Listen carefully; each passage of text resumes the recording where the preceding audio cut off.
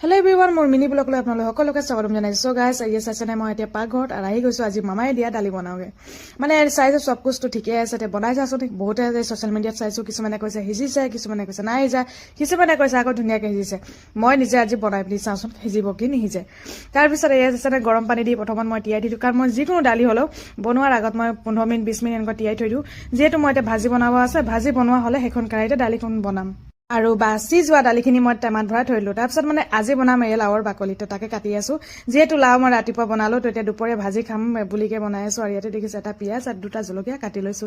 আৰু ইফালে কেৰাহী গৰম হ'ব দিলোঁ, অকণমান সৰহকৈ দিছোঁ তেল, কাৰণ ভাজিত অলপ তেল হ'লে ভাল লাগে। কিন্তু মই তেলৰ কাৰণে যে সদায় মই গালি শুনিব লগা হৈছে মাৰ পৰা। এতিয়া মাক গালি দিছিলে, এতিয়া মাৰ পৰা এতিয়া হাজবেণ্ডো এতিয়া বকিব ষ্টাৰ্ট কৰিছে। মোক এটাই কথা কয়, তেল কমাবা। বিশেষ একো মছলা নিদিওঁ, ইয়াত নিমখ আৰু হালধি দিলেই হ'ল আৰু কম জুইত ভাজি থাকিলেই হ'ল, বহুত ধুনীয়া লাগে। মই যিহেতু খাই বহুত ভাল পাওঁ, চাইছেনে এই নিমখ আৰু মই অকল হালধি দিলোঁ। আৰু এই খুতুৰা শাকখিনি মই দালিত দিম, এইকাৰণে চফা কৰি ল'লোঁ।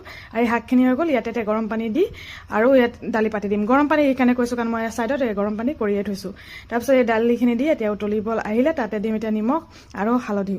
তাৰপিছত আকৌ ইয়াতো একো নিদিওঁ, এইখিনি দি অলপ উতলাই চাইছেনে ধুনীয়াকৈ সিজি গৈছে। এয়া ফাটি গৈছে, তেতিয়া মই তাতে দিলোঁ আকৌ শাকখিনি কুটি লৈছিলোঁ, খুতুৰা শাকখিনি দিলোঁ। মোৰ মিনি ব্লগটো চাই আপোনালোকে কেনে পালে নিশ্চয় জনাব। ভাল লাগিলে like, comment, share and subscribe কৰিবলৈ নাপাহৰিব। তাৰপিছত মই হেতাতে ইয়াত তেল মাৰিলোঁ, মই হেতাতে তেল মাৰোঁ বেছিকৈ। তেল মৰা হৈ গ'ল, এতিয়া বেটাই আহিলে বছ ভাত খাম। আজিলৈ ইমানতে সামৰিছোঁ, নেক্সট ব্লগত আকৌ লগ পাম, বাই বাই।